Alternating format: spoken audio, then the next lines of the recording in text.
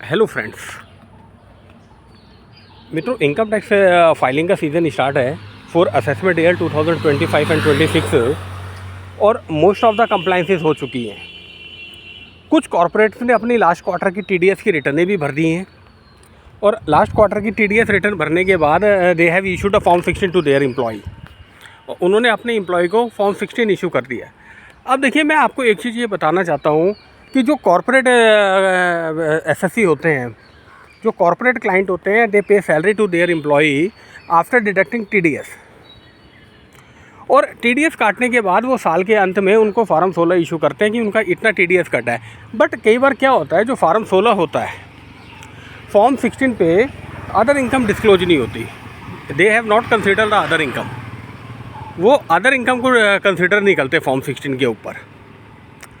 तो मेरे कहने का मतलब ये है कि जब आप अपनी आईटीआर भरते हैं, when you file your income tax return, तो आपको ऑल इनकम डिस्क्लोज करनी होती है। ब्याज की इनकम आ गई, एफडी पे भी इंटरेस्ट आ गया, और आईटीआर 1 आप भरते हैं, आईटीआर 2 भरते हैं, आईटीआर 3 भरते हैं, या आईटीआर 4 तो सेल्फ एम्प्लॉयड भरता है, उसमें कोई यूज नहीं है।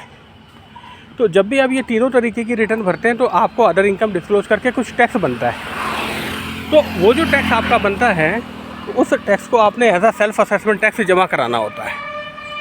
You need to pay self assessment tax under section 140A।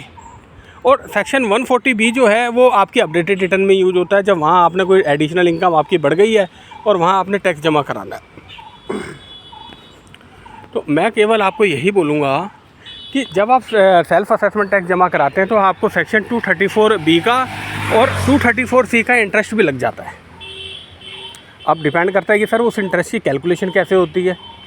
देखिए, अगर एक दिन भी आप लेट हुए, लॉ में प्रोविज़न है एडवांस टैक्स का सेक्शन 208 में कि अगर आपका पूरे साल का टैक्स 10,000 से ऊपर है और आपको फिर सीनियर सिटीजन को एडवांस टैक्स से एग्जम्पशन मिली हुई है, तो आपको क्या करना है, अपना टैक्स इस डेट पे जमा कराना है। कॉर्पोरेट में 15 जून, 15 सितंबर, 15 दिसंबर एंड 15 मार्च तक आपका 100% या 90% टैक्स आपका जमा हो जाना चाहिए। और जो 10% रह जाएगा वो आप सेल्फ असेसमेंट टैक्स में जमा करा देंगे, लेकिन उस पर इंटरेस्ट लगेगा। तो 234B और 234C का जो इंटरेस्ट लगता है, if you are late by single day,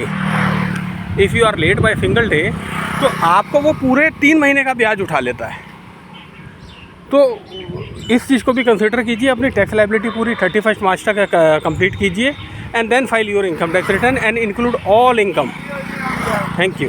channel को लाइक करें, सब्सक्राइब करें।